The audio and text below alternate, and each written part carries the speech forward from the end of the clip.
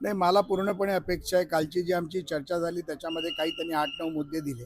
त्या मुद्द्यांचं निरसन घेऊन लेखी स्वरूपात माननीय विखे पाटील साहेब आता तिथे गेलेले आहेत.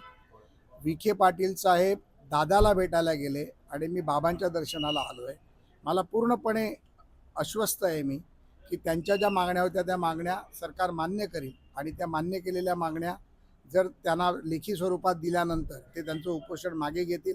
मी काल देखील त्यांना एक भावनिक साथ घातली होती की दादा उन्हात आपण बसू नका, मराठा समाजाला आपली गरज आहे, मराठा समाजाच्या आंदोलनाला आपली गरज आहे आणि त्यामुळे माझी मागणी देखील एक भाऊ म्हणून ते मान्य करतील ही मला अपेक्षा आहे. अजून एका तासाभरात ही चर्चा संपल्यानंतर सत्य परिस्थिती आपल्या समोर येईल. उपायुक्त कार्यालयात बैठक देखील पार पडली. 58 लाख नोंदी ज्या आहेत त्याला सर्व प्रकारच्या लेखी नोंदी त्यांना दिलेल्या आहेत. लेखी गोष्टी आम्ही देतो आहोत. 58 लाख नोंदींचा देखील डेटा त्यांना देणार आहोत. त्यांच्या सर्व शंकांचं निरसन होईल याची आम्ही खात्री करू. दादाला कुठल्याही प्रकारचा धोका होणार नाही. दादाला पूर्णपणे माननीय मुख्यमंत्र्यांनी देखील नागपूरमध्ये सांगितलं की मराठा समाजांच्या ज्या काय मागण्या आहेत त्या आम्ही त्यांच्याबरोबर समर्थन आहोत, आम्ही त्यांना साथ देऊ आणि त्याचबरोबर इथल्या कुठल्या समाजालाही दुखावणार नाही ही देखील काळजी आम्ही घेऊ. हे सातत्याने आम्ही सांगतोय.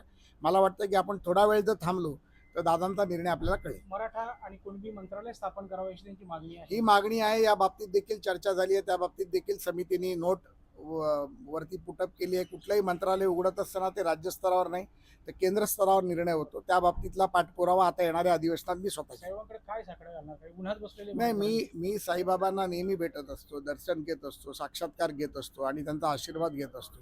माझं असं, मी सिद्धिविनायक मंदिर न्यासाचा विश्वस्त आणि अध्यक्ष राहील. त्यामुळे माझं असं म्हणणं असतं की चांगल्या भावनेने आपण जातो तर समाजातील जनतेला, लोकांना, कष्टकऱ्यांना, शेतकऱ्यांना, महिलांना, तरुणांना, युवकांना, राज्याला, देशाला विकासाकडे घेऊन जावं, सर्वांना सुखी ठेवावं एवढंच मी मागणार.